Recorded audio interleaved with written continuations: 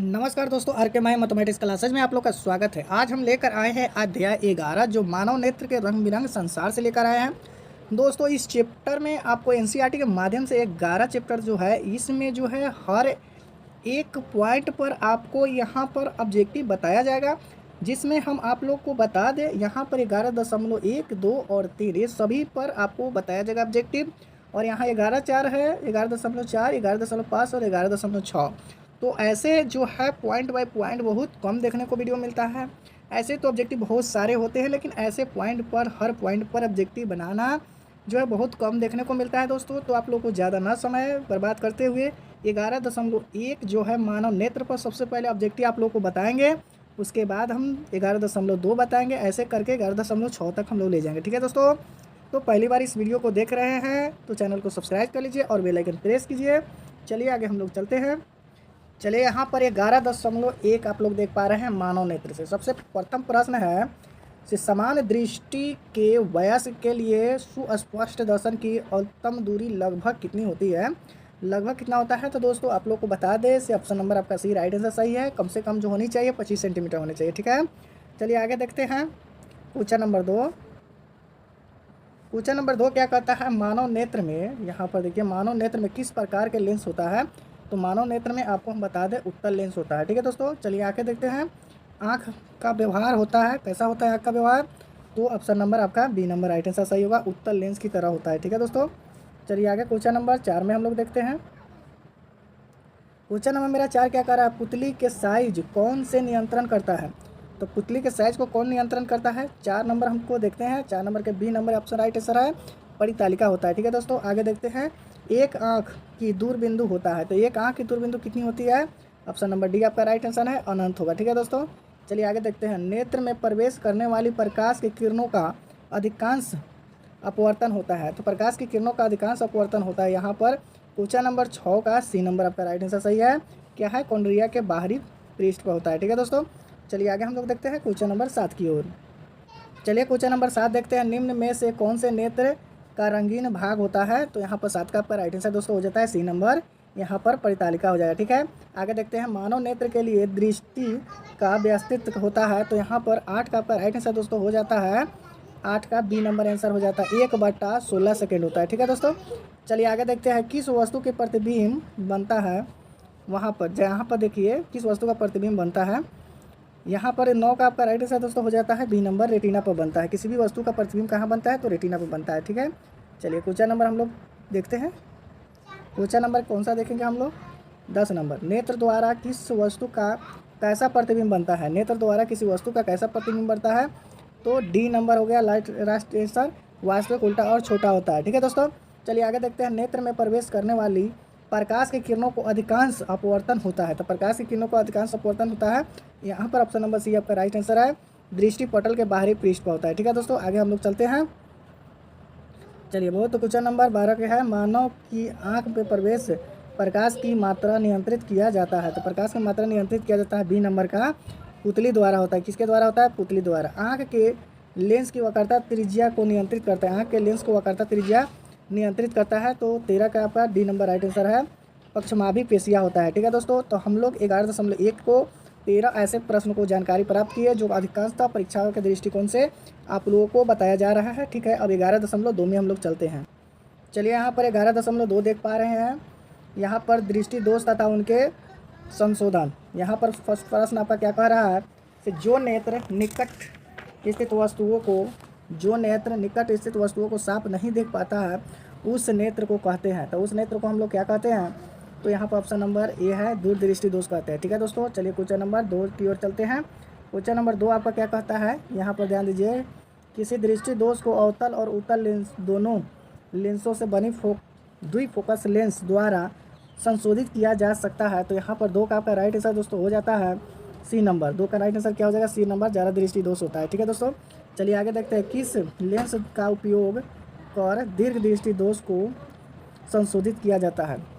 इस लेंस का उपयोग कर दीर्घ दृष्टि दोष को संशोधित किया जाता है। 3 का आपका राइट आंसर दोस्तों हो जाता है, 3 का राइट आंसर बी हो जाएगा, उत्तल लेंस हो जाएगा। ठीक है, चलिए आगे देखते हैं हम लोग क्वेश्चन नंबर 4 में। क्वेश्चन नंबर 4 में हम लोग देखते हैं यहाँ पर निकट दृष्टि दोष को दूर करने के लिए चश्मे में किस लेंस का व्यवहार होता है? तो निकट दृष्टि दोष को दूर करने के लिए किस लेंस का व्यवहार होगा? तो यहाँ पर आउटर लेंस का व्यवहार होता है। ठीक है दोस्तों, 4 का आपका बी नंबर राइट आंसर है। चलिए आगे देखते हैं। दूर दृष्टि दोष वाले नेत्र को साफ साफ देख पाता है। तो दूर दृष्टि वाले नेत्र को साफ साफ देख पाता है, बी नंबर है। दूर की वस्तुओं को साफ साफ देख पाता है। ध्यान दीजिएगा दोस्तों, एक ट्रिक बता रहे हैं। जब भी नी कट 3 अक्षर की अगर कहा जाए तो 4 अक्षर वाले आपको बोलना है। जैसे में अवतल लेंस में 4 शब्द है, जैसे में दूर दृष्टि दोस्तों, दूर या दीर्घ का है तो 3 अक्षर वाले, जैसे में उत्तल लेंस होता है। ठीक है दोस्तों, तो चलिए हम लोग ये भी हम लोग सुधार लिए। 11.2 अब 11.3 की ओर हम लोग प्रस्थान कर रहे हैं। चलिए यहाँ पर देखिए, इसमें मात्र एक ही प्रश्न पूछा जाएगा। एक प्रिज्म में कितने सतह से घिरे होते हैं? तो एक प्रिज्म में आपको बता दें सो वह कितने सतहों से घिरे होते हैं। तो एक प्रिज्म जो होते हैं 5 सतहों से घिरे होते हैं। ठीक है दोस्तों, चलिए 11.3 आपका खत्म हुआ। अब 11.4 में चलते हैं। चलिए आप लोग देख पा रहे हैं 11.4। 11.4 में क्या कह रहा है आपको? यहाँ पर कांच के प्रिज्म द्वारा श्वेत प्रकाश का विक्षेपण यहाँ पर देख रहा है। चलिए आगे देखते हैं। स्पेक्ट्रम में किस रंग के किरण का झुकाव अधिक होता है? स्पेक्ट्रम में किस रंग का किरण का झुकाव अधिक होता है? तो यहाँ पर ध्यान दीजिएगा दोस्तों, यहाँ पर ध्यान दीजिएगा। 1 का आपका राइट आंसर डी नंबर हो जाएगा, बैगनी हो जाएगा। ठीक है, चलिए आगे देखते हैं। श्वेत रंग कितने रंगों से मिलकर बना होता है? श्वेत रंग कितने रंगों से मिलकर बना होता है? तो 2 का डी नंबर आपका ऑप्शन नंबर हो जाएगा, जो 7 है। यहाँ पर ध्यान दीजिएगा, यहाँ पर डी नंबर ऑप्शन आपका राइट आंसर होगा। ठीक है दोस्तों, यहाँ पर डी नंबर आपका राइट आंसर होगा। ठीक है, किस रंग का विचलन न्यूनतम होता है? तो 3 का आपका राइट आंसर दोस्तों हो जाता है ए नंबर। लाल रंग का विचलन जो होता है न्यूनतम होता है, मतलब कम होता है। ठीक है, चलिए आगे देखते हैं। श्वेत प्रकाश का वर्णक्रम किस रंग के किरण को विचलन अधिक करता है? तो 4 का आपका राइट आंसर दोस्तों हो जाता है डी नंबर हो जाता है, बैगनी हो जाएगा। ठीक है दोस्तों, चलिए आगे देखते हैं क्वेश्चन नंबर 5 की ओर। क्वेश्चन नंबर 5 आपका क्या कहता है? स्पेक्ट्रम प्राप्त करने के लिए किसका उपयोग होता है? तो स्पेक्ट्रम प्राप्त करने के लिए किसका उपयोग होता है? 5 का आपका राइट आंसर दोस्तों हो जाता है डी नंबर, प्रिज्म का उपयोग होता है। ठीक है, चलिए आगे देखते हैं। प्रकाश का प्राथमिक वर्ण क्या है? प्रकाश का प्राथमिक वर्ण क्या है? तो यहाँ पर इनमें से सभी होगा दोस्तों, लाल, हरा, नीला तीनों होता है। चलिए आगे देखते हैं। श्वेत प्रकाश के वर्ण विक्षेपण उत्पन्न करता है। तो श्वेत प्रकाश का वर्ण विक्षेपण उत्पन्न करता है, इसका राइट आंसर 7 का राइट आंसर क्या हो जाएगा? डी नंबर हो जाएगा, प्रिज्म हो जाएगा। ठीक है दोस्तों, चलिए आगे देखते हैं 8 नंबर के। 8 नंबर क्या कहता है आपका? से प्रकाश का नीला रंग होना किस परिघटना का परिणाम है? प्रकाश का नीला रंग होना किस परिघटना का परिणाम है? तो 8 का आपका दोस्तों राइट आंसर हो जाता है सी नंबर, यहाँ पर प्रकीर्णन होगा। ठीक है, चलिए आगे देखते हैं। प्रकाश का न्यूनतम तरंग दैर्घ्य होता है। प्रकाश का न्यूनतम तरंग दैर्घ्य होता है 9 का आपका राइट आंसर बी नंबर हो जाएगा दोस्तों, यहाँ पर बी 380 nm हो जाएगा। ठीक है दोस्तों, चलिए आगे देखते हैं। इंद्रधनुष का रंग क्यों होता है? इंद्रधनुष रंगीन क्यों होते हैं? तो 10 का आपका राइट आंसर दोस्तों हो जाता है ए नंबर, यहाँ पर जल कण द्वारा श्वेत प्रकाश के वर्ण विक्षेपण के कारण होता है। ठीक है दोस्तों, चलिए क्वेश्चन नंबर 11 को देखते हैं, लास्ट है इस जो है 11.4 का। प्रकाश संश्लेषण के लिए दृष्टि प्रकाश स्पेक्ट्रम का सबसे प्रभावित रंग कौन सा है? प्रकाश संश्लेषण के लिए दृश्य प्रकाश स्पेक्ट्रम का सबसे प्रभावी रंग कौन है? तो यहाँ पर 11 का आपका राइट आंसर सही हो जाता है दोस्तों, ए नंबर लाल हो जाएगा। ठीक है दोस्तों, चलिए आगे हम लोग चलिए यहाँ पर क्वेश्चन जो है 11.5 में हम आ चुके हैं। यहाँ पर वायुमंडलीय परिवर्तन से कुछ प्रश्न जो है उसमें हम लोग देखते हैं। वायुमंडलीय परिवर्तन से यहाँ पर जो है आपको इसमें मात्र 4 प्रश्नों के देखने को आपको मिलेगा। चलिए आगे देखते हैं। एक प्रश्न, प्रकाश के किस घटना के कारण सूर्य हमें वास्तविक सूर्योदय लगभग 2 मिनट पूर्व दिखाई देने लगता है? तो यहाँ पर ध्यान दीजिएगा, 1 का आपका राइट आंसर बी नंबर हो जाएगा, वायुमंडलीय अपवर्तन के कारण होता है। ठीक है दोस्तों, चलिए बहुत अच्छा ही प्रश्न आप लोग को देखने को मिल रहा है। यहाँ पर ध्यान दीजिए, तारे के टिमटिमाने का कारण है।